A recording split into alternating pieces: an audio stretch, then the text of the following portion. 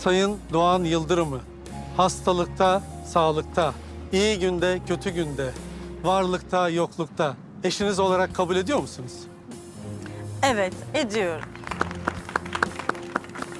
Siz Sayın Doğan Yıldırım, Sayın Ender Çelebi'yi hastalıkta, sağlıkta, iyi günde, kötü günde, varlıkta, yoklukta eşiniz olarak kabul ediyor musunuz? Ediyorum.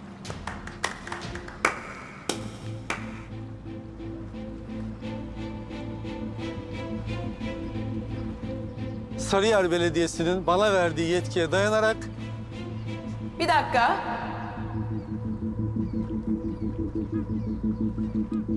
Ne işi var şu anda burada bunun?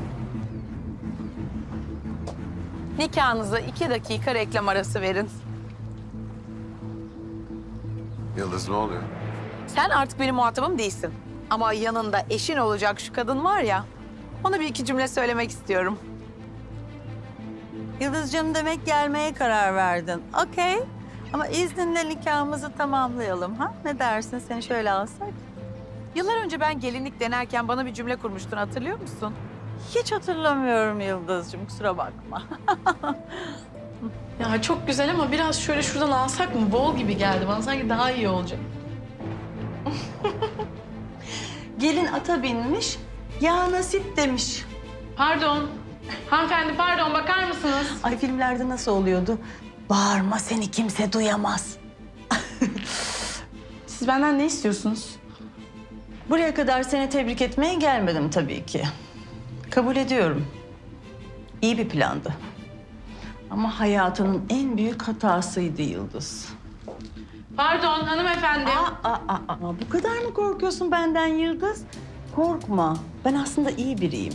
Sadece kötü olmam gerekirse bu konuda çok iyiyim. Ve bunu sana unutturmamak için elimden geleni yapacağım. Nefes kadar yakınında olacağım. Hikaye daha yeni başlıyor Yıldız. Bakayım.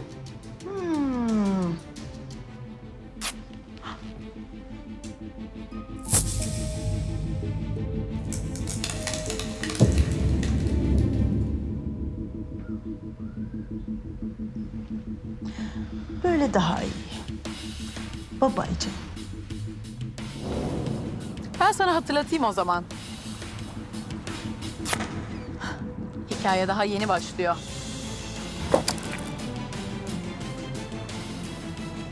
Böyle daha iyi.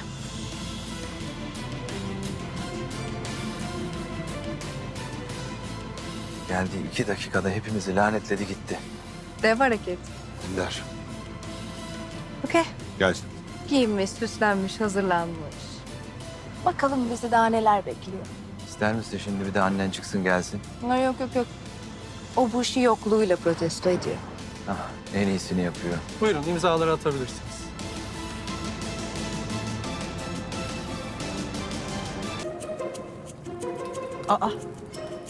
Bu ne böyle? Ayol yan taraf bildiğin gecekonduya bağlamış. Yani konsept değişikliğine gittiler herhalde. Belli oldu, her gün tiyatro izleyeceğiz. Neyse bizi ilgilendirmez. Lütfen buyurun. Aynen öyle. Lütfen otur.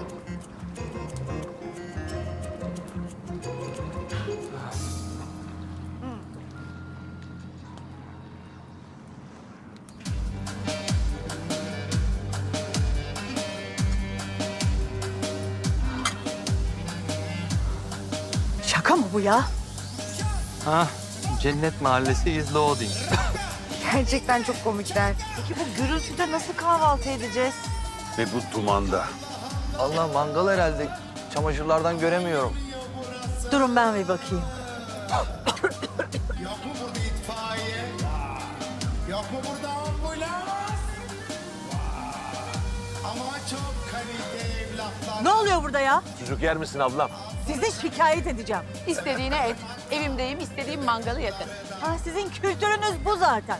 Böyle mangalda sucuk yapmak, çamaşırlar asmak falan rezillik yani. Bir tabak da sana yollayacaktık Ender. Gözün kalmasın. Göz hakkıdır. Derhal bu rezilliğe bir son verin. Emir, çabuk topla şu çamaşırları. Tamam abla. Aman bana bol sandıklı. Kalite, kalite. Marka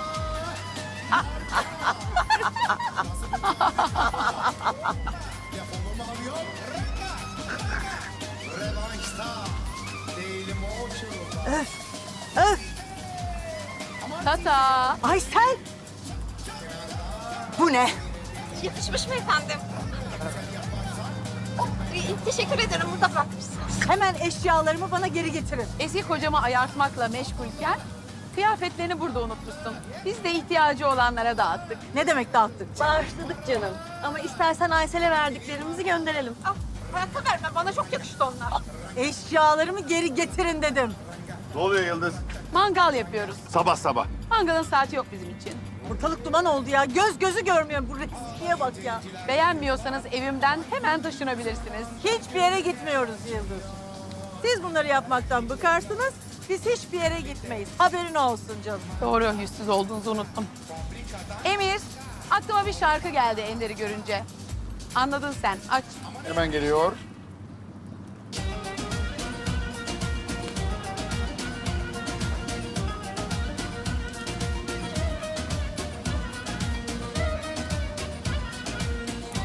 Pozisyon al anne.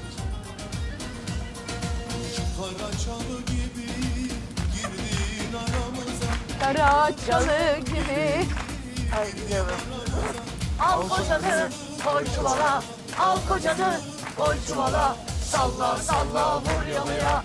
Salla salla vur yalıya.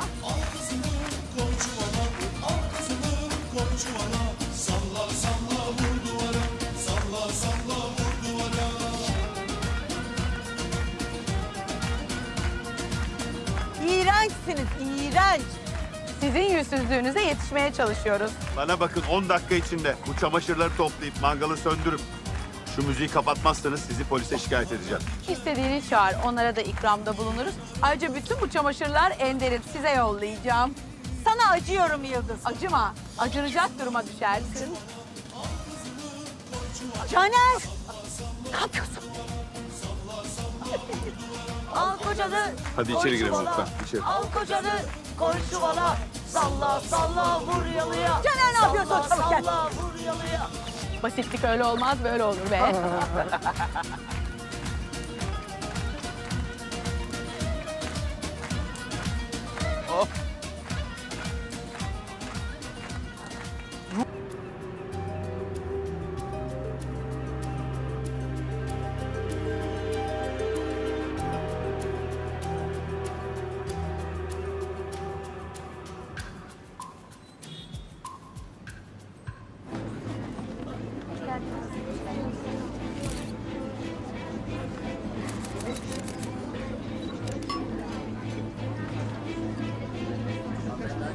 Ay bu neyin havası ya?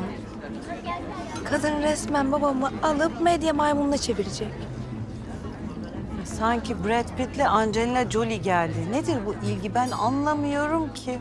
İkimiz de biliyoruz ki Ender gazetecileri besliyor zaten.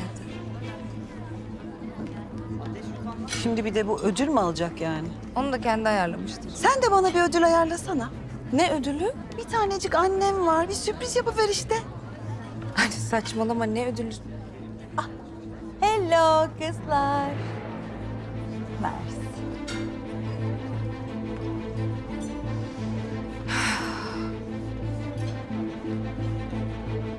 Hello.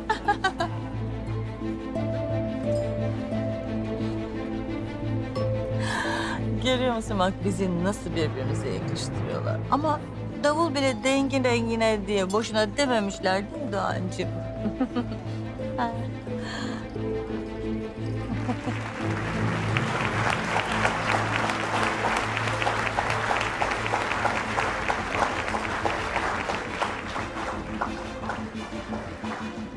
Sevgili dostlarımız, hepiniz hoş geldiniz.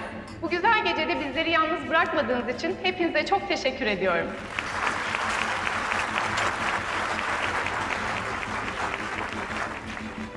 Gecenin en önemli ödülüyle başlamak istiyorum. Şimdi sahneye yılın en tarz sahibi kadınını çağırıyorum. Alkışlarınızla Yıldız Yılmaz.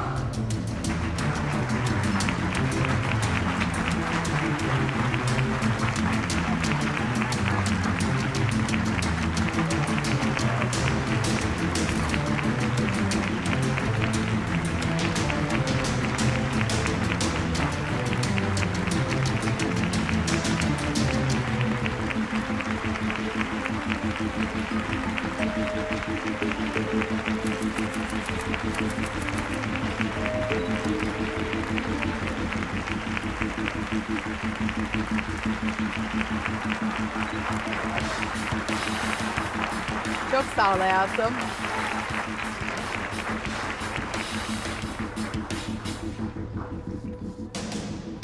Herkese iyi akşamlar.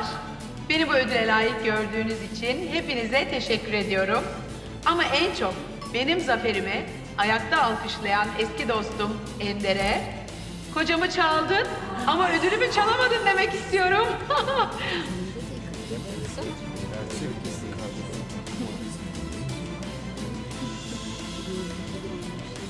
Aa, gidiyor musunuz? Hadi neyse, sonra görüşürüz. Ay Kumru, bu an bana bir şey hatırlattı. Sana da hatırlattı mı? Aramızda bir şaka. Ay ben böyle bana kötülük yapanları mutlaka bir kürsüde afişe etmeyi seviyorum. Kuyum kurusun. Neyse ne diyorduk? En tarz benim. Doğru bildiniz. Resmen içimin yağları eridi. Canıma değsin. Ay internet çalkalanıyor. Kocasının eski karısını ayakta alkışladı diye. Ay o Hilal'i de günahım kadar sevmiyorum ama aferin vallahi kafası çalışıyormuş. Onun aklı kötülüğe çalışıyor. Sen güvenme yine de ona. Ben asıl sizle başka bir şey konuşmak istiyorum. Ben Ender'e dersini verdim ama bu işin bir de Doğan kısmı var. Onu da üzmek istiyorum. Orada da siz devreye giriyorsunuz. Ne yapacaksın? Yani bir fikrim var ama bu iş fedakarlık gerektiriyor. Ay lütfen aklıma gelen şey olmasın ya. Lütfen bana destek olun. Yıldız, kararın Engin'le mi ilgili? Evet. Ha Aysel'cim bırak altın tepsimizi de. Bir kere de haksız çıkayım ya. Ay siz de oradan öyle bakmayın ya. Buyurun bize katılın. Yıldızcığım, biz kendi rıhtımımızda kahve içiyoruz. Üzerine alınma lütfen. Yani altın takmamak için gelmiyorsanız bizim için sorun değil. Bizim bir beklentimiz yok. Yıldız tebrikler. İstediğini elde etmişsin. Çok sağ ol canım. Teşekkürler.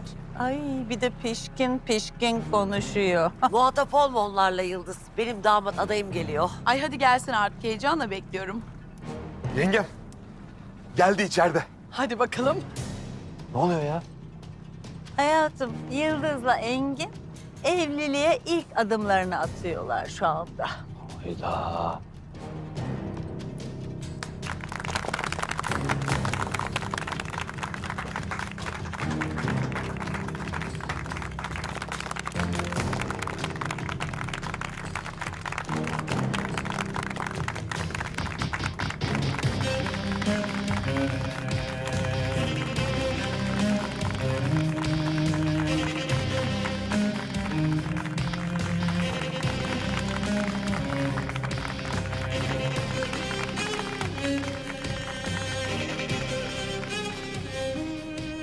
Ay çok güzel olmuşsunuz. Mutluluklar. Anne yardım et. Canım. Hadi bakalım.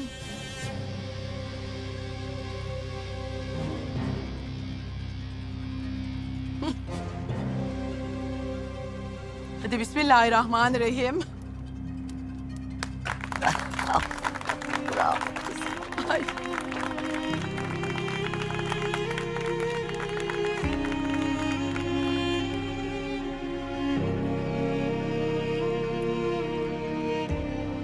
Teşekkür ederiz. Ömür boyu mutluluklar. Olamaz. Ender. Yıldız hani Engin'le beraberdi. Ben...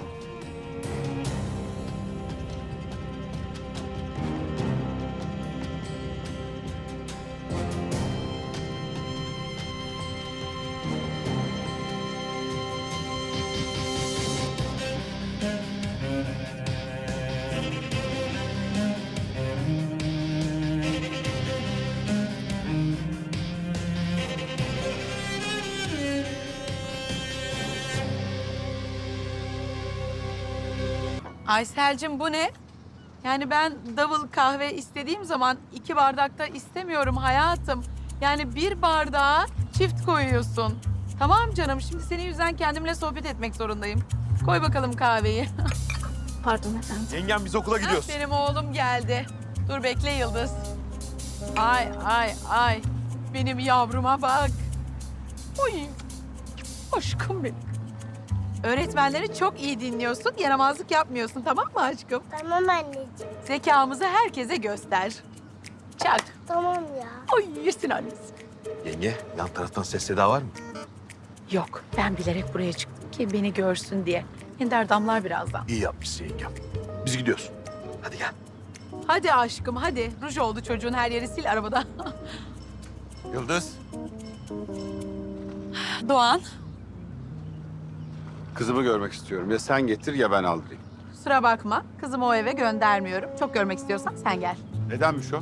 Nedeniyle evlisin. Daha fazla beni konuşturup sinirlendirme. Görmek istiyorsan gel diyorum işte. Daha ne diyeyim? İyi tamam geliyorum biraz.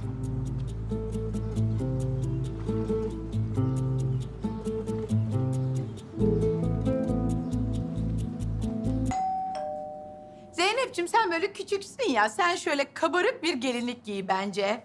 Yani kaybolma öyle, sönük olma yani. Dev gibi bir etek. Van Bey geldi. İyi günler. İyi günler. Merhaba. Kızımı görmeye gelmiştim de. Götüreyim ben seni odasına. Tamam. Ha Zeynep, nişan için tebrik ederim. Teşekkür ederim. Engin Bey harika bir insan. Kızıma kazık atmayacak, arkasından iş çevirmeyecek kadar asil biri. Zeynep'e resmen talih kuşu kondu. Mutluluklar dilerim. Biz de sana mutluluklar dileriz. Ender'le. Darısı Yıldız'ın başına. Amin inşallah. Tabii artık bekar ve kazık yemiş bir kadın olarak her şeye hakkım var. Çıkalım lütfen. İyi hadi.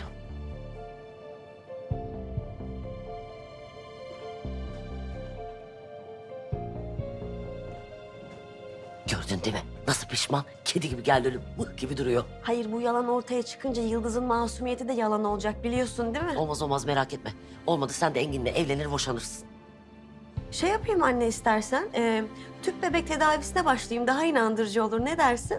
Vallahi bana uyar biliyor musun? Yani bir tane daha torunum olur. Bilemedin iki. Bir tane akıl yok etrafımda, bir tane. Ay sen çok akıllısın da ne oldu acaba gördük. Ay benim aşkım uyanmış. Ben sizi yalnız bırakayım. Sen yanımızda kalmayacak mısın? Kalmayacağım çünkü sen beni görmeyi hak etmiyorsun.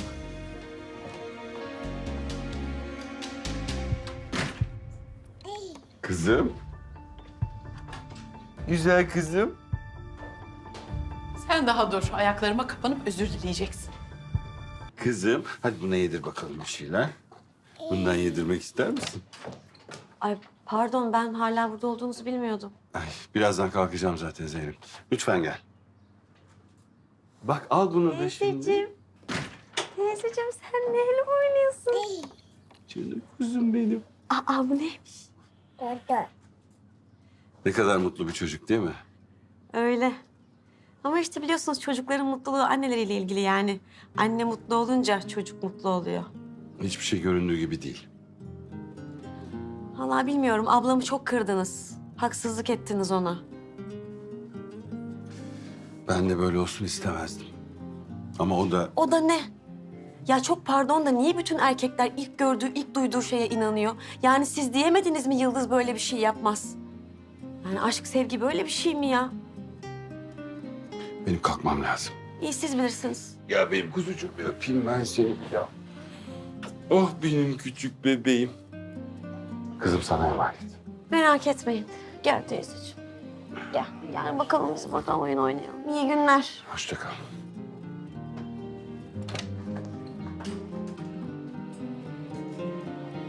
Bak, burada ne var? Hadi çay içelim.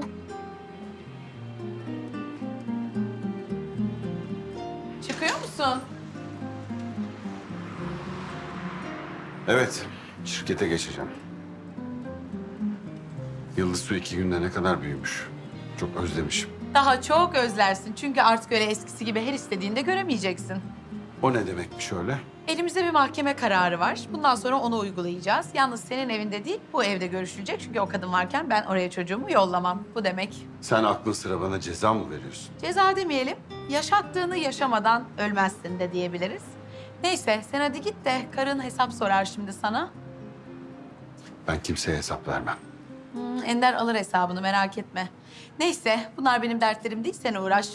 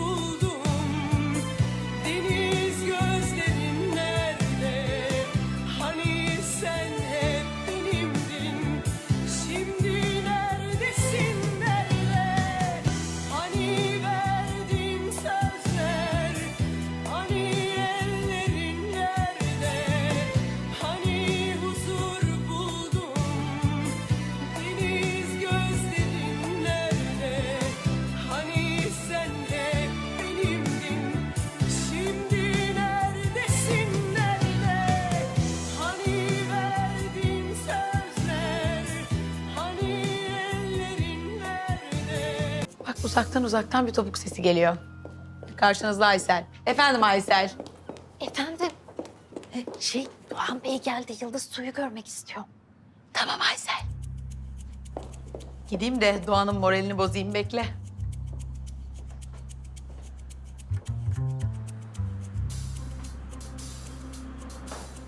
Hoş geldin Doğan. Kızımı görmeye geldim. Ben de annemi görmeye geldin sanmıştım.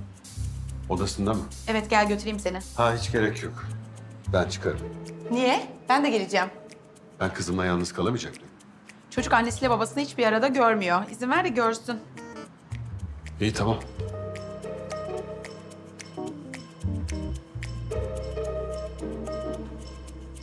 Nasıl karıştırıyoruz göster.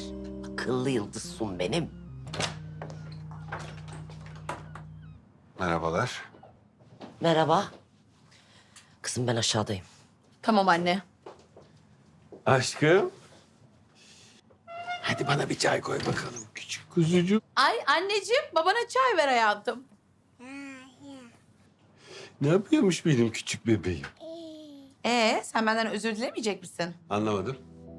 Benden diyorum, özür dilenmeyecek mi? Ne için özür dileyeceğim senden? Siz bana iftira atmadınız mı o karın olacak şeytanla? Yok Engin'le berabermişim de yok bilmem neymiş. Sen hala orada mısın? Siz de hala oradasınız, sen farkında değilsin herhalde. Ender üşenmemiş, gitmiş adam tutmuş sırf Engin'le Zeynep'i beraber değilmiş gibi göstermek için. Ne saçmalıyorsun sen? Saçmalamıyorum, bunların hepsi oluyor. Sen de birazcık gözünü aç ya. Ayrıca sen inanmıyorsan Zeynep'le Engin'in beraber olduğuna git konuş onlarla. Ben hiç kimseyle konuşmam, tamam? Sen neyin peşindesin ayrıca? Sen bana inanmıyor musun? Yani neler anlatıyorum sana, kulağın duymuyor mu? Yani bir inat uğruna evlendiniz zannediyordum ben ama Ender senin gözünü boyamış herhalde. Boş boş bakıyorsun, büyü mü yaptı, ne yaptı? Kendine gel ya. Yıldız, saçmalama. Ben artık hayatımda kaos istemiyorum. Ben normal ve sakin bir hayat istiyorum. Tamam, eğer izin verirsen kızımla biraz yalnız vakit geçirmek istiyorum. Sakin ve normal bir hayat isterken Ender'i seçmen de çok manidar. Neyse, oynayın siz kızım. Şaka yaptım ben babana.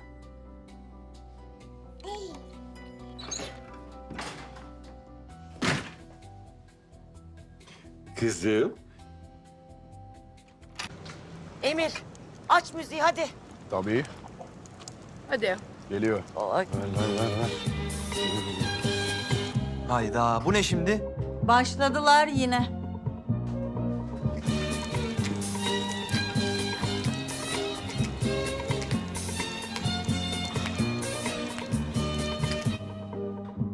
Ne oluyor? Bilmiyoruz, herhalde yine bir kutlama var yan tarafta. Neyin kutlaması?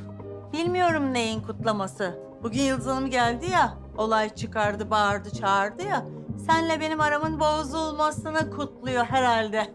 Neyse ben bir gideyim de sessiz olmalarını söyleyeyim bari. Hı. Bu arada Handan Kumru ile konuşmuş. Gazeteciye kendisini tuttuğunu söylemiş. Okey. Yalnız Doğancığım, bana inanmak için başkalarından teyit alıyor olmam hiç hoş değil. Ama tabii seni de anlayabiliyorum yani. Yıllarca Yıldız seni öyle bir kandırmış ki artık yani sen de öyle düşünüyorsun. Doğancığım bak, burada mağdur olan biziz, onlar değil. Özellikle de sen ve ben. Ama senin tavrın yüzünden sanki biz suçluymuşuz gibi bir ruh haline sokulmaya çalışılıyoruz. Ama bizim esas burada kutlama yapmamız, şöyle bir silkelenmemiz gerekiyor. Rica ediyorum yani Doğancığım. Ya.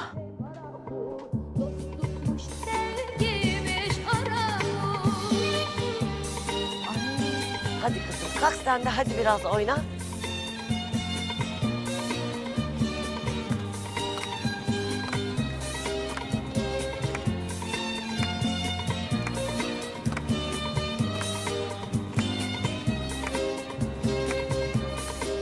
Bak çıktılar akbaba gibi balkona. Görüyorum. Daha çok bana Muppet Show kuklası gibi görünüyorlar. Hani yaşlı amcalar var ya, biz genciz. Avamlık diz boyu.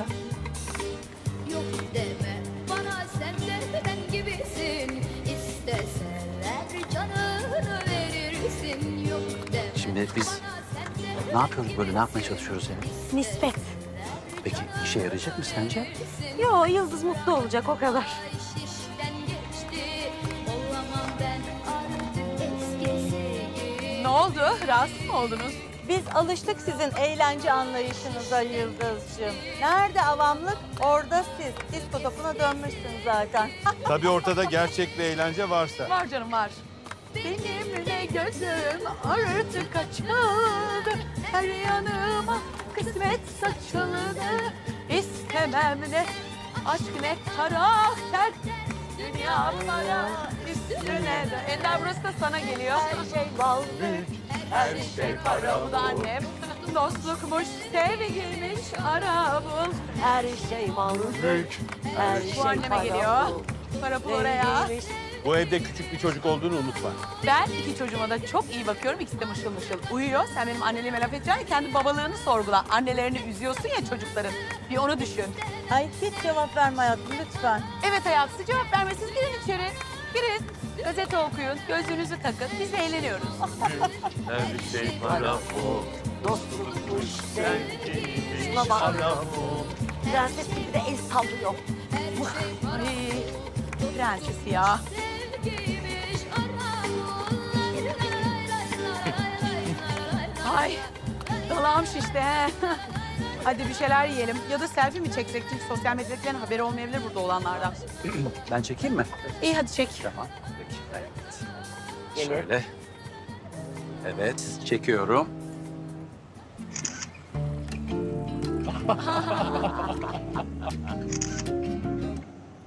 Çok eğleniyoruz.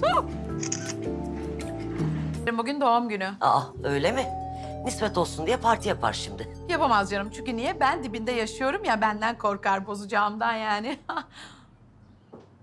Yıldız Hanım, Doğan Bey geldi. Tamam gelsin. Yıldız Su burada oynuyor. Buraya gelmek istemiyormuş. Yıldız suyu al gel dedi. Allah Allah, nedenmiş o? Ay bu da bu aralar gıcık. Ben şimdi ona haddini bildiririm. Niye gelmiyormuş? Yani Yıldız Hanım'ı görmek istemiyor herhalde. Ay bu da yeni çıktı. Kesin o cadı dolduruyor bunu.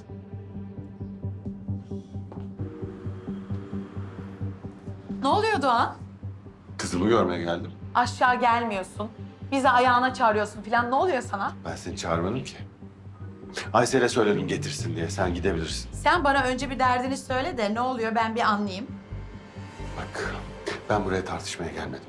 Kızımı kendi evimde görmek istiyorum ama buna izin vermiyorsun. Mecburen buraya gelmek zorunda kalıyorum. Maalesef o kadın evdeyken ve bana düşmanlık yaparken çocuğumu oraya yollamam. Ne yapacağı belli değil. Tamam, kabul ettim zaten. Ama burada seni görüp seninle tartışmak zorunda da değilim, değil mi? Eğer izin verirsen kızımı yalnız görmek istiyorum. Sen de sevgilinle rahat rahat görüşürsün. Senin derdin belli oldu. Ender yine yalanları sıralamış, sen de inanmışsın. Çok tebrikler. Neyse, o zaman ona yeni bir haber vereyim. Yakında düğünümüz olacak. Ne düğünü? Sürprizi bozmayayım, görürsün canım. Aysel çocuğu getir. Daha fazla video izlemek için kanalımıza abone olabilir, ilk izleyen olmak için bildirimleri açabilirsiniz.